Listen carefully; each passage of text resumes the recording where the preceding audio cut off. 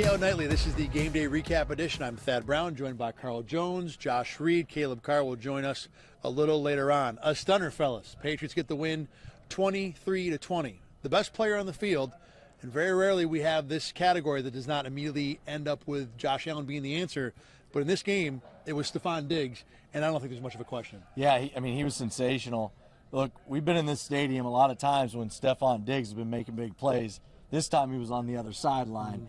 10 catches, over 140 yards receiving, and it seemed like every time Drake May needed a play to be made, he would look at Diggs, and Diggs, most of the time, wasn't just open. He was wide open, and kudos to Drake May as well, because he's part of this formula. Drake May made some really nice throws in this one.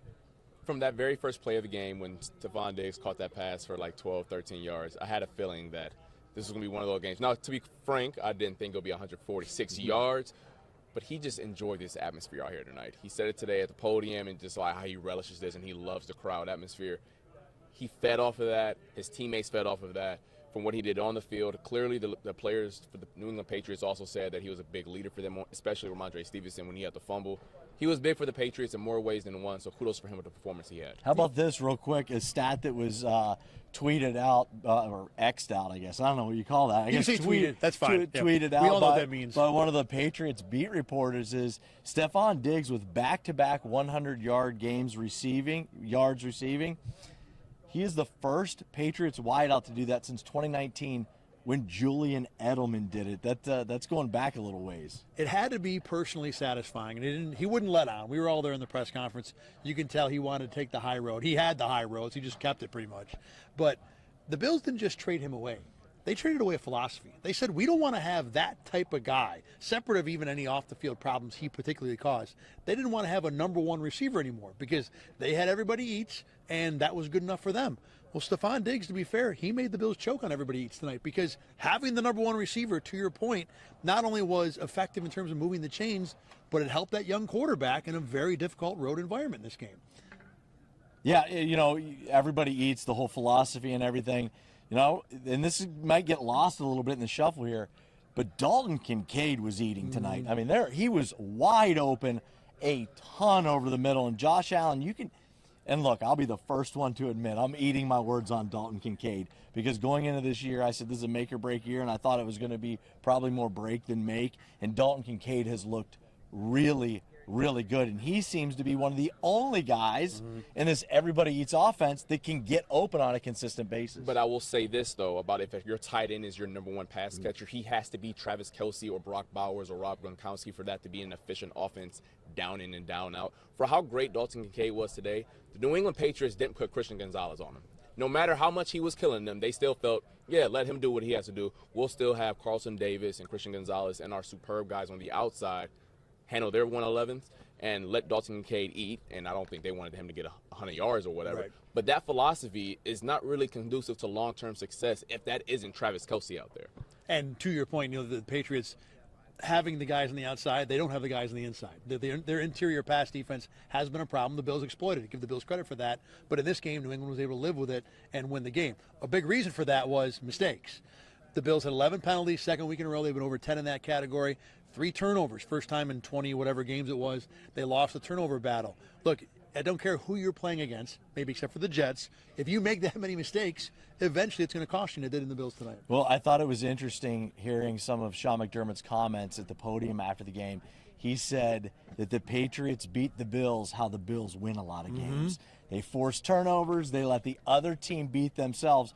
Well, this time it was the Bills that ended up on the short end of that stick. Just too many self-inflicted mistakes. And I think when you have jet sweeps to Dawson Knox, I don't know. Shoot that play to the moon. Yeah, I think we need to retire that one. But even another fumble Keon Coleman had, you can't be backed up as often as they were and have long, sustained drives in the National Football League. Kudos to the Patriots for taking advantage of that because they also had their own mishaps in the first half. I don't know what happened here at the end of the second quarter and why they didn't put it in the end zone. But nonetheless, that is not how you win games in this league. I don't care who you're going up against unless it is Justin Fields and the Jets. and we keep going back to the Jets for good reason. They're terrible. Only winless team in the NFL right now. The Patriots really even started to make more mistakes in the fourth quarter, too. They had the multiple personal fouls. They gave up on a 3rd-and-1 conversion on an illegal formation or a false start. So New England was trying to do what they've been doing this year, which is make mistakes, and the Bills just could not take advantage of it. So how much now is this Patriots team a threat? You know, Drake May has now gone on the road and beaten an undefeated team, in a spot where, he had to come up with a clutch drive late in the game. New England kind of has a blueprint, I think, where they're comfortable for at least holding the Bills' offense to some manageable number. Is this team now a real threat in the division? I don't know about real threat in the division. I still think they're about a weight class apart. One team is competing for a Lombardi trophy. The other team is just trying to punch their ticket into the postseason. But I'll say this. Every single person that was in Highmark Stadium tonight knows that number 10 on the other side of the field is a legit guy. Underline, italicize it, bold it. Drake May is going to be a quarterback for years to come in the National Football League. The plays that he was making out there, there was probably 6 to 8 quarterbacks on planet Earth that you will feel comfortable what he did in that second half. In the way that Stephon Diggs was great. Name another receiver on that Patriots offense that anyone on God's green earth should be scared of. And that's what Drake May did tonight, Highmark Stadium, in a whiteout, primetime lights. Really impressed by him. Coming into this game, I thought the gap was pretty large between the Bills and the Patriots. Objects may be closer than they appear in that side view mirror, because I agree with your point. I don't know that they're a threat this season, but down the road they're going to be, and it all starts with turning around. Every franchise starts with a franchise quarterback and a head coach. From the outside looking in, and everything that we hear and read and see, Mike Vrabel has the right culture laid down and the foundation of what he wants to do for the Patriots. And they came in here with that attitude. You almost felt like they thought, we're going to go in there and win. And to me, that starts with the head coach and kind of putting that mentality inside that locker room. I'm with you guys. I still think New England is maybe not a whole weight class, but somewhere in that vicinity, not quite at this level this year. Maybe they are. We'll see how the rest of the season goes. But I still think this is Buffalo's division to lose. I got to admit that I didn't think Drake May had it in him to win this game. I was wrong. He really impressed me in a number of ways. Real quick, though, fellas, if we don't think New England is the threat, from the Bills' point of view, how much of this game is just speed bump, and how much of this is a little bit of there are issues here that this team has to clean up if the Lombardi that you talk about is still a real expectation? Yeah, you look around the league. I would say this. You can take a little solace when you look around the league and go, well, there's no one undefeated after this week because the Eagles lost as well. With the conversation I just thought of that we had before the game, I said, you know what, all the dumb things that happen around this league, they don't happen in Buffalo. Well, they happen tonight in Buffalo. Exactly. It's just this league, it's just there's so much parity. And that's exactly what the NFL wants. They want teams to be able to knock off teams that you think, oh, maybe the Bills will end up undefeated and getting ready to play the Chiefs. And the Chiefs lose some early. The Ravens get boat raced, right? Mm-hmm. I mean, the Ravens are struggling. Eagles lose their first game. I think it's more of a speed bump, but don't get me wrong. There are a lot of things that need fixed on both sides of the ball right now. I would say if I look at things like from a bird's eye view, I'm not all too concerned. They were going to lose at some point. This wasn't the 07 Patriots. But I will say there are 2 areas of this roster that I had concerns heading into the season, and I am still very concerned with. Separation at wide receiver. I'm sure you heard that a lot since Stephon Diggs has left Orchard Park. Was a little bit concerned tonight. I know the Patriots cornerbacks are phenomenal. Right. But so are the Chiefs and any other team that you're going to see in the postseason. So you just want to see them improve in that department. And then on the defensive side of the ball, that I've told you this ad nauseum, and we've talked about this off camera a lot. When this defense goes up against those quarterbacks, especially late into the year in January, they don't rise to the occasion as often. And I get it. This is a game in October, and I'm not going to put a referendum on saying this is what the Bills' defense is going to be all season. But it didn't make me feel any easier that a young quarterback that was living with 2 running backs and 2 tight ends on the field for half of the game was able to control the game as much as he did. And now Matt Milano is dinged up again with a pec injury again, and Dorian Williams is dealing with an injury. So that linebacking core is getting pretty thin, although I will say this, Shaq Thompson, he just always seems to make a splash play in his limited amount of playing time. A lot more tonight because of the second half and no Milano. But he does. He just seems to be around the ball and make some splash plays. Now, there's plenty of times where you look at the play and you go, oh, he's going to want that one back. But, yeah, there's plenty to be concerned about. I thought early on, I thought the pass rush, we always hear Sean talk about the pass rush and coverage being married. And I thought early on it looked pretty good. I don't know what happened, though, because as the game wore on, you went, oh, they're not getting any pressure on Drake May at all. To your point, and you actually just stole my point, the thing I was about to say is that in the first quarter and a half of this game, I thought Drake May looked as nervous as he looked all year long. This is a guy that's known for being poised. He did not look poised until late in the first half. And then after that, he was he was back there making sandwiches, cooking marshmallows. He had no problem back in that pocket. So, and that was a big difference in this game. And you talk about, I know linebacker is an injury issue right now, but where the defense is going to get help is up front and maybe on the outside too.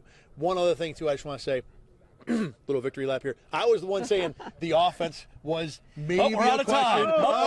We're out of time. I understand it's one game, and look, the offense is going to be fine, but when it's not all working, when you're not recovering all your fumbles, when you're not making penalties, this team only scored 20 points tonight. So there is a floor that I think is lower than we expect it to be. I remember on this same program, I said in week 1, it was good to see this Bills passing game when their back is up against the wall and everyone in the stadium knows they have to pass. They were able to walk up and down the field against the Ravens. Well, the Ravens defense isn't so good, and they haven't been able to do that since week 1. Once again, I am not going to ring the alarms and say this passing game is broken, but I do want to retract my statement from week 1 and saying that this Bills team can pass the ball whenever they feel like, because I still think they have some kinks and some things they need to work on. Make sure my shoes are tied because I'm about to take my victory lap now. Okay, so on BKL before the game, I said the key to the game was going to be the Bills' offensive line against the Patriots' defensive line and the ability to run the ball. And guess what? That running game, which we've seen all season, just run at will against other defenses. They never got it going. James Cook never looked like he got in any sort of rhythm. And the Ray Davis thing, I just don't get. Like, he's getting 3 carries a game, and he gets them down inside the 5-yard line, and I'm going, you have the AFC Offensive Player of the Month not on the field right now, and you're giving the ball to Ray Davis. I don't know. The run game never got going, and that's how this team's built, offensive line and run game. It's funny how we have so many things to say when they lose.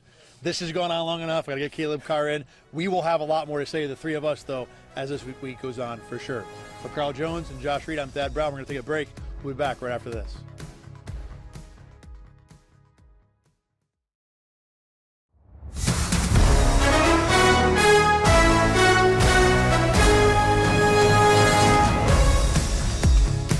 We are back on the BKL Nightly Game Day Recap Edition. I'm joined now by Caleb Carr. And Caleb, look, we'll go through some of the top stories from this game again because they were so jarring in some ways, but I think Stefon Diggs will be topic 1A out of this one. Give me your take on what you saw from the former Bills' #1 receiver. Well, from Diggs, I saw dominance. I saw him, I watched some of his pregame conversation that he had with the broadcast beforehand with NBC. And he seemed ready to go. He seemed fired up. There seemed to be a little bit of emotion of, back in the building, back in front of the fans. But above all, he just seemed ready to go. And he went out there and he showed it. I know he kind of had a slow start to the season. I think he had his first 100-yard game. That was last week. And him and Drake May, the connection that they have is starting to look really, really scary. We talked a little bit earlier this week about what we thought about Drake May and what we thought about Stefon Diggs. And, we kind of talked about, are we nervous about them? I don't think we really took into account the fact that like them together can be very, very dangerous. And it showed tonight, and he played great. I thought a lot of it was also the secondary not playing very good, but he really stepped up and had a monster game. You talk about it being really, really scary. I'm going to say it's really, really familiar because it looks a lot like what Stefon Diggs did for Josh Allen when he arrived in Buffalo. Kind of legitimize a younger quarterback. Allen had been a little further along in his career than May is now. But regardless, bringing Diggs to Buffalo gave Allen that outlet, that dependable receiver. That guy could allow Allen to, work on the rest of his game because he knew, hey, if I need a play, I can just go find Stefon Diggs. He's, the old Tyreek Hill joke. He's open down there somewhere. It wasn't quite that, but it felt that way a little bit tonight. And he was, the linchpin, the get out of jail free card for Drake May in this game. But let's talk about the secondary. You just brought him up. Look, the Bills paid a corner, Christian Benford, a whole bunch of money in the offseason, and they have another one in Trey White, who's been an all-pro in the last 4 or 5 years. Obviously, injuries have changed who he is, but neither of those guys lived up to the Diggs challenge tonight. No, and Trey White hasn't really been living up to that all season, but tonight was really the first real kind of night that I looked at Christian Benford and was very concerned. Christian Benford really concerned me in this game. This was honestly the first game, looking back, I guess Chris Olave last week, Zay Flowers in week 1, but there hasn't really been an elite receiver that he's gone. Garrett Wilson, I guess, in week 2, but when the rest of that offense was so bad, it doesn't really matter. But we haven't really seen him struggle against a star receiver yet. And tonight, he just got dominated. Him and Trey White both just got dominated. And when I watch a game like this, I think if the Bills are going to come back from this, and if they're going to improve, and they're going to go on a Super Bowl run, they need at least one cornerback in that secondary that truly can. He doesn't need to be a lockdown corner per se, but he needs to be able to make plays. He needs to be able to make it more difficult. Like we said, Stephon Diggs went nuts. 10 catches, 146 yards. If Christian Benford is playing on a higher level than he did tonight, that doesn't happen. And if he can start to pick it up a little bit, I think you're raising. Go on. I'm sorry. No, if he can start to pick it up a little bit, then he needs to be able to actually not lock guys down, but he needs to be able to make it more difficult than 10 catches for 146 yards. You're making 1,000 good points here. Let me hit on a couple of them. Number one, I do think, and I thought about the Benford point as this game got late, he is still kind of new to being the CB1, the lockdown guy. And I think there should be some sort of grace period developing into that. I don't think you just walk into, okay, you're the number one guy, ergo every receiver against you will never catch a pass again. It's not something that happens overnight. Number two, they're going to be bad games because this league is built on the receiver winning over the corner. Everything we see from drills in camp to how games are officiated is bent on the receiver having the advantage. So I think that's something we can remember too. But you are right. Someone in the secondary has got to be able to elevate. When the Bills defense was at its best, you had Trey White and Micah Hyde and Jordan Poyer playing all at near all pro levels. I don't think you need 3, but you need 1, and it ain't going to be into the safeties because Taylor Rapp and Cole Bishop, at least at this point, don't have that in them. So the guy other than Taron Johnson you look at is Christian Benford, as you pointed out. Yeah, and you also touched on Trey White a little bit there. We've kind of seen some sloppy and some not great play from Trey White up to this point, and I thought today he got beat a couple times pretty bad. Watching this game, I'm not ready to quit on Trey White yet, but I definitely had the thought multiple times throughout this game of, I'm ready to see what Maxwell Hairston can do. I'm ready to see if he can step in and be a better option. We talked a lot about in the preseason and, early on in this season about, well, is Trey White, maybe Trey White will be better. Maybe he's the better option. What do we think? Who do we like better? I like the constant in the knowing what we have with Trey White, but I think I'm ready to see if the ceiling can potentially be higher with Hairston. And the thing is, I don't know how soon we're gonna be able to get a look at that ceiling, or if we even get any sort of real look at the ceiling this year because of what time Hairston has missed already. There's going to be a time when I think he's going to be healthy, but I don't think it's going to be this week, maybe after the bye. So I think we're still a long way off on that question. Let's flip it over to the offensive side of the ball quick. Look, one thing that we talked about briefly in the first segment was the lack of a run game. And I'm just bringing up James Cook's game-by-game numbers right here. I want you, Caleb, and people who are listening and watching at home to see if you notice any sort of connection here. Game 1 for James Cook, 44 yards. Game 2, 132. Game 3, 108. Game 4, 117. Game 5, 49. What do Game 1 and Game 5 have in common? The Bills should have lost both. The first one they pulled out, with a number of unlikely scenarios that fell their way late. But when this Bills offense does not have James Cook at a 100-yard-a-game level or somewhere close to that, we've seen that they can have trouble putting up points. Yeah, James Cook struggled. And we kind of knew that going into this, that they were going to try to shut him down and that this run defense and this defense in general was going to be good. And I thought they came as advertised. I thought this New England Patriots defense played very, very well, both in the run game, in the secondary. just to throw this out there, I know we're not really touching on it right now, but Christian Gonzalez, I know that this is a Bills podcast, but I am a big fan of Christian Gonzalez. He is great, and he played great today. But that run game, they really shut it down. Josh Allen got away a little late. He was able to get some runs in there late. I think he ended it with about 53 yards. But James Cook, Ty Johnson, even Ray Davis got a couple carries in there, and he was just stuffed every single time. There were a couple plays where the elusiveness of Cook seemed to help him out, and he was able to break outside and get 5, 6, 7, 8 yards. But most of the time, it was 1, 2 yards stuffed, done. This defensive line, these linebackers, they came in physical and ready to play today. Something Carl Jones says all the time is that styles make fights, and New England's style of defense, or where they're strong, which is in the interior of the defensive line, is a bad fight for the Bills. This is going to be a problem because when the Bills can't run the ball, as I said a couple minutes ago, they really find it difficult to be able to put points on the board because they just don't have the guys who can win on the outside. And there aren't many teams that can take away the run like New England can. The worry down the road is that Kansas City and Philly are probably on that list of teams who could do it, but the Bills don't have to worry about those teams for a little while here. New England is a team that's obviously a little more clear and present danger. As we found out tonight, that style of defense, can be a big problem.